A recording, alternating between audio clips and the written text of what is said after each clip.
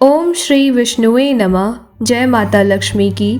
प्रिय श्रोताओं, शरद पूर्णिमा की व्रत कथा सुनने से माता लक्ष्मी की कृपा से व्यक्ति को जीवन में धन संपदा की कभी कमी नहीं होती और माता लक्ष्मी की विशेष कृपा प्राप्त होती है। जो भक्त श्रद्धा भाव से शरद पूर्णिमा की पूरी कथा को सुनते हैं, उनके घर माता लक्ष्मी सदा वास करती हैं, क्योंकि शरद पूर्णिमा के ही दिन माता लक्ष्मी का इस धरती पर आगमन होता है और माता लक्ष्मी जो भी इस व्रत कथा को सुनता है उसके घर में वास करती हैं। तो चलिए आरंभ करते हैं शरद पूर्णिमा की व्रत कथा को। शरद पूर्णिमा की प्राचीन व्रत कथा के अनुसार बहुत पुराने समय की बात है।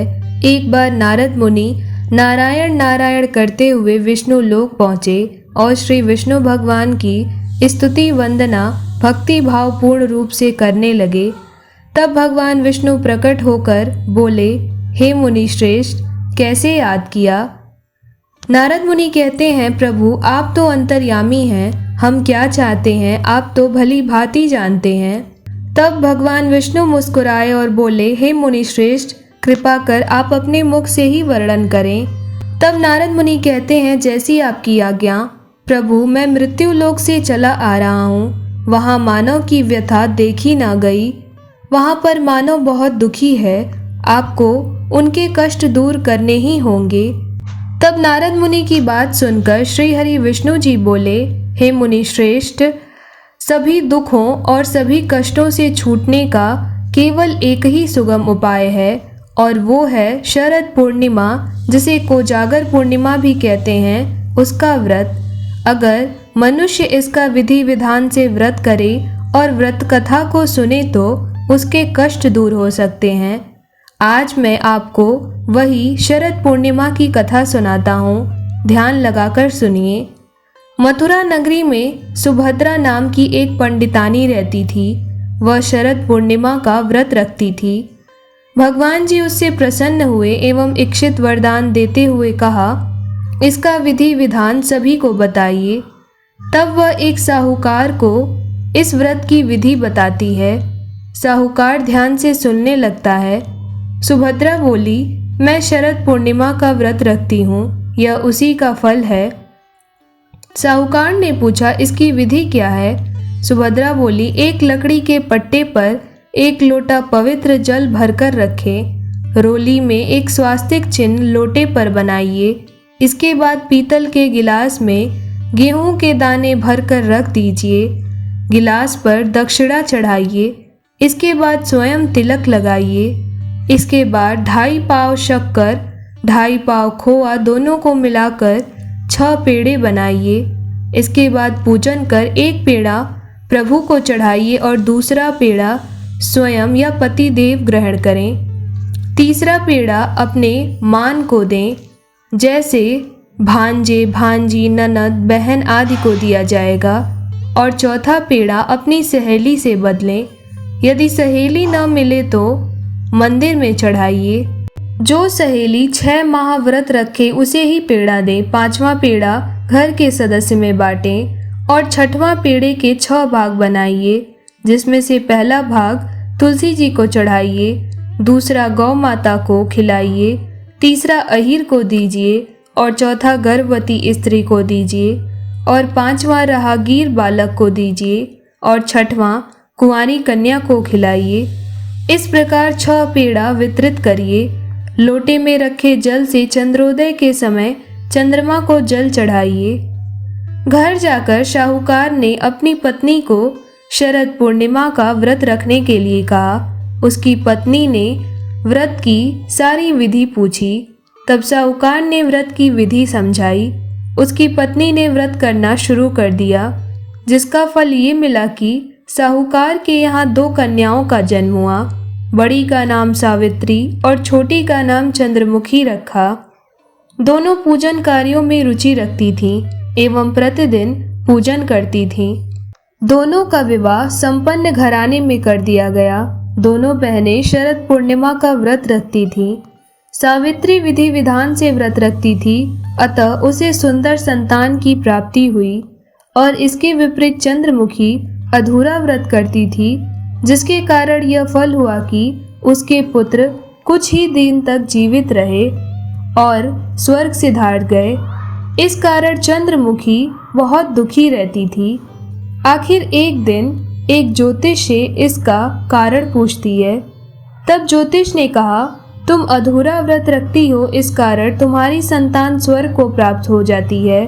अतः तुम अपनी बड़ी बहन सावित्री से विधि विधान पूछ कर व्रत रखो, क्योंकि सावित्री विधि विधान से पूजा करती है और श्रद्धा से करती है। प्रत्येक वर्ष की तरह शरद पूर्णिमा फिर आई। चंद्रमुखी फिर अधूरा व्रत करती और उसके पुत्र की फिर मृत्यु हो जाती।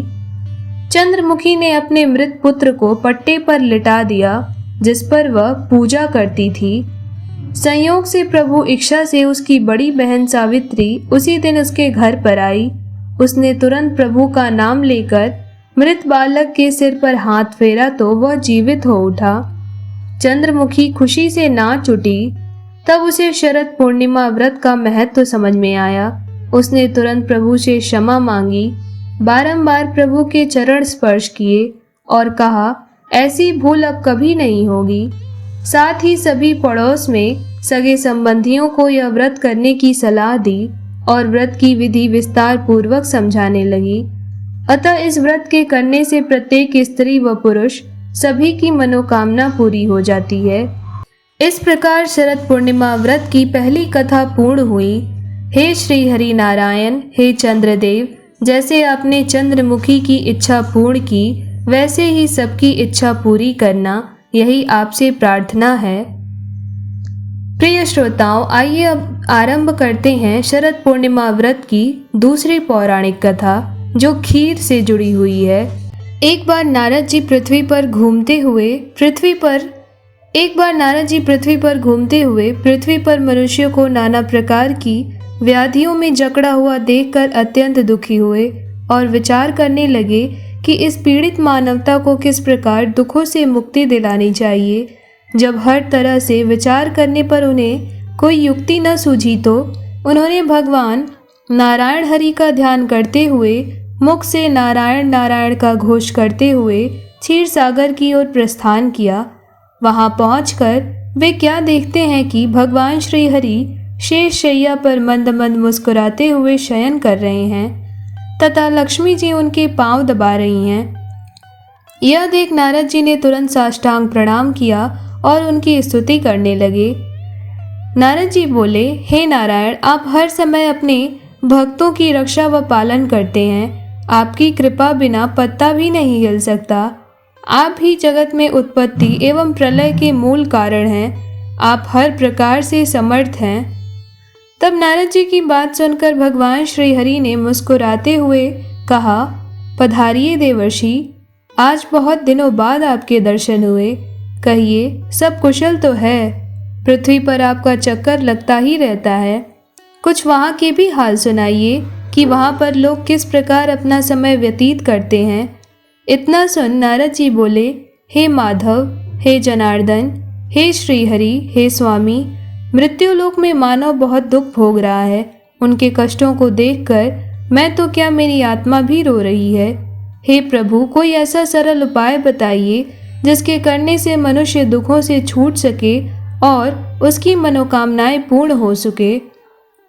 तब देवर्षि नारद जी की बातें सुनकर श्री हरि नारायण बोले, हे नारद, आप धन्य हैं जो दूसरों के उपकार के लिए ही विचार मन में रखते हैं। इसीलिए आज आपको एक पवित्र व्रत की कथा, श्री शरद पूर्णिमा व्रत कथा सुनाता हूँ। इसके करने से स्त्रियों की हर प्रकार की मनोकामनाएं पूर्ण होती हैं एवं अंत में मेरे लोक की प्राप्ति होती है। इसमें कुछ भी संदेह नहीं है। आप ये कथा ध्यानपूर्वक सुनिए। पूर्व में यह कथा ब्रह्मा जी से सूर्य ने कही थी, सो ध्यान से सुनिए और सुख, वैभव, संतति तथा सुख की प्राप्ति की कामना से इसे श्रद्धा से सुनिए। प्राचीन काल में एक ब्राह्मण की ब्राह्मणी शरद पूर्णिमा का व्रत विधि विधान से खीर बनाकर किया करती थी। वह उस दिन 5 सेर दूध की खीर बनाती, उसमें किशमिश, बादाम इत्यादि डालकर खूब सुंदर खीर बनाकर मेरा भोग लगाती तथा अड़ोसी पड़ोसी रिश्तेदार में सब में खीर का प्रसाद बांटती। रात्रि में चंद्रमा की रोशनी में भगवान को खीर खांड का भोग लगाती तथा मेरी मूर्ति का बहुत बढ़िया ढंग से श्रृंगार करती। उन्हें श्वेत वस्त्र, मुकुट, श्वेत हार इत्यादि पहनाकर चंद्रमा की धवल रोशनी में उन्हें विराजमान करती, कीर्तन करती, भजन करती, ठाकुर जी के तरह तरह के लाड़ लड़ाती।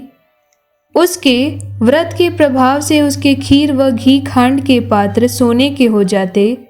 जब यह बात साहूकारनी को मालूम हुई तो उसे बहुत दुख और जलन हुई कि देखो, इसके तो बर्तन सोने के हो जाते हैं। वह रात में साहूकार से बोली, ब्राह्मणी के यहाँ जो सोने के बर्तन हैं उन्हें चुरा लेने चाहिए। साहूकार ने पीतल के बर्तन रखवाकर सोने के बर्तन चुरा लिए। ब्राह्मणी को सुबह मालूम हुआ कि साहूकारनी ने मेरे सोने के बर्तन चुरा लिए हैं, तो साहूकार ने पीतल के बर्तन रखवाकर सोने के बर्तन चुरा लिए। ब्राह्मणी को जब सुबह मालूम हुआ कि साहूकारनी ने मेरे सोने के बर्तन चुरा लिए हैं तो उसने कहा, हे शरद पूर्णिमा माता, अगर मैंने तेरा व्रत मन से नियम से किया हो तो मेरे बर्तन सोने के हो जाएं तथा साहूकारनी के सब बर्तन मिट्टी के हो जाएं। उसके कहने के साथ ही ऐसा हुआ। साहूकारनी के घर के पीतल तांबे के सब बर्तन मिट्टी के हो गए। अब तो साहूकार एवं साहूकारनी बहुत दुखी हुए और रोते धोते ब्राह्मणी की शरण में पहुँचे और ब्राह्मणी के पैर पकड़ लिए और अपने किए की माफ़ी मांगने लगे। फिर साहूकारनी ने ब्राह्मणी से पूछा, हे माता, आप कौन सा व्रत करती हैं जिसके प्रभाव से आपके बर्तन सोने के हो जाते हैं?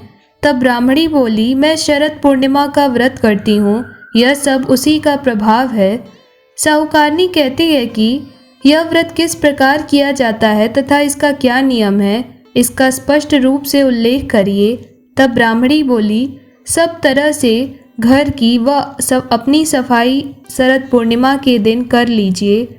श्वेत वस्त्र धारण करिए, ठाकुर जी के भजन पूजन में मन लगाइए, 5 सेर दूध की खीर बनाइए, उससे ठाकुर जी का भोग लगाकर 4 हिस्सों में बांट दीजिए। 1 हिस्सा ब्राह्मण को दे दीजिए, 1 हिस्सा पड़ोसी के बालक को, 1 हिस्सा गाय को और 1 हिस्सा स्वयं सेवन करिए।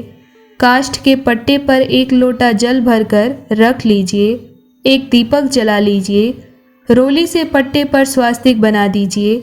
फिर चावल और रोली से पूजा करिए, दक्षिणा चढ़ाइए और चंद्रमा के निकलने पर लोटे का जल चंद्रमा को अर्घ देकर चढ़ा दीजिए। फिर रोली चावल चंद्रमा की ओर उछाल दीजिए। फिर हाथ जोड़कर नमस्कार करिए और मन ही मन अपनी मनोकामना को दोहराइए। फिर अपने हिस्से की खीर का भोजन करिए। इस प्रकार से आप शरद पूर्णिमा व्रत को कर सकती हैं। तब इस विधान को सुनकर साहूकारनी बहुत खुश हुई। उसने तभी से इस व्रत को करना शुरू कर दिया। इस व्रत के करते रहने से उसे 2 कन्या रूपी रत्न प्राप्त हुए। उसने बड़ी पुत्री का नाम सुमित्रा और छोटी पुत्री का नाम सुनीता रखा। दोनों लड़कियां बालपन से ही धार्मिक कार्यों में अधिक ध्यान रखती थीं। दोनों के व्रत में एक फर्क था। सुमित्रा विधि विधान पूर्वक व्रत रखती, सुनीता विधि विधान पूर्वक व्रत तो करती थी लेकिन व्रत को बीच में छोड़कर व्रत का समापन कर देती थी। सुमित्रा जो पूरा व्रत रखती थी उसके सुंदर तथा दीर्घायु संतान उत्पन्न होती थी, परंतु सुनीता के व्रत खंडन के कारण उसके पुत्र जन्म होने के पश्चात कुछ दिन जीवित रहते थे और बाद में मर जाते थे। इस कारण सुनीता बहुत दुखी हो जाती थी। एक दिन सुनीता ने ज्योतिषी को बुलाकर कहा, मेरी संतानें जन्म लेने के बाद कुछ समय जीवित रहने के पश्चात मर जाती हैं, अतः कृपा कर आप उपाय बताकर हमारे दुख दूर करिए। तब इस पर ज्योतिषी ने कहा, ऐसा इसीलिए होता है क्योंकि तुम शरद पूर्णिमा का अधूरा व्रत रखती हो। व्रत अधूरा होने के कारण तुम्हारी संतानें मृत्यु को प्राप्त होती हैं, अतः तुम अपनी बड़ी बहन सुमित्रा को बुलाकर लाओ, उसके स्पर्श से तुम्हारी संतान अवश्य जीवित हो जाएगी, क्योंकि वह शरद पूर्णिमा का व्रत पूर्ण रूप से भक्ति भाव से करती है। इतना कहकर वह ज्योतिषी चले गए और पीछे सुनीता वियोग के कारण यह बात भूल गई। हर वर्ष की तरह शरद पूर्णिमा आई। सुनीता ने विधि पूर्वक व्रत किया, लेकिन व्रत में कुछ कमी होने के कारण उसका जो पुत्र था वो मर गया। तो उसने मृत पुत्र को उस पट्टे पर सुला दिया जिस पर वह शरद पूर्णिमा का पूजन किया करती थी। लेकिन ईश्वर की गतिविधि को कौन जानता है कि उसकी बड़ी बहन सुमित्रा अचानक उसके घर आ गई और सुमित्रा के लहंगे का छोर मृत पुत्र को स्पर्श कर गया। जैसे ही स्पर्श हुआ, पुत्र जीवित हो उठा। इस पर सुमित्रा बोली, अगर हम बिना देखे इस पट्टे पर बैठ जाते तो तुम्हारा पुत्र मर जाता। इस पर उसकी छोटी बहन सुनीता ने कहा, यह तो पहले से ही मर गया था, किंतु तुम्हारे व्रत के प्रभाव से यह जीवित हो उठा। अपनी छोटी बहन की यह बात सुनकर उसकी बड़ी बहन सुमित्रा बहुत प्रसन्न हुई। उसे प्रथम बार शरद पूर्णिमा व्रत की शक्ति का अनुभव हुआ। इसके बाद दोनों बहनें शरद पूर्णिमा का व्रत और भी भक्ति भाव के साथ करने लगीं और अपने सगे संबंधियों व पास पड़ोस के लोगों को यह व्रत करने की विधि बताने लगीं। इस व्रत को करने से लोगों की मनोकामना पूर्ण होने लगी और लोगों को श्रद्धा भगवान के प्रति और भी बढ़ने लगी। हे माता लक्ष्मी, हे श्री हरि नारायण, हे श्री चंद्रदेव जी, जैसे आपने सुनीता की इच्छा पूर्ण की, वैसे ही हम सभी लोगों की भी करना।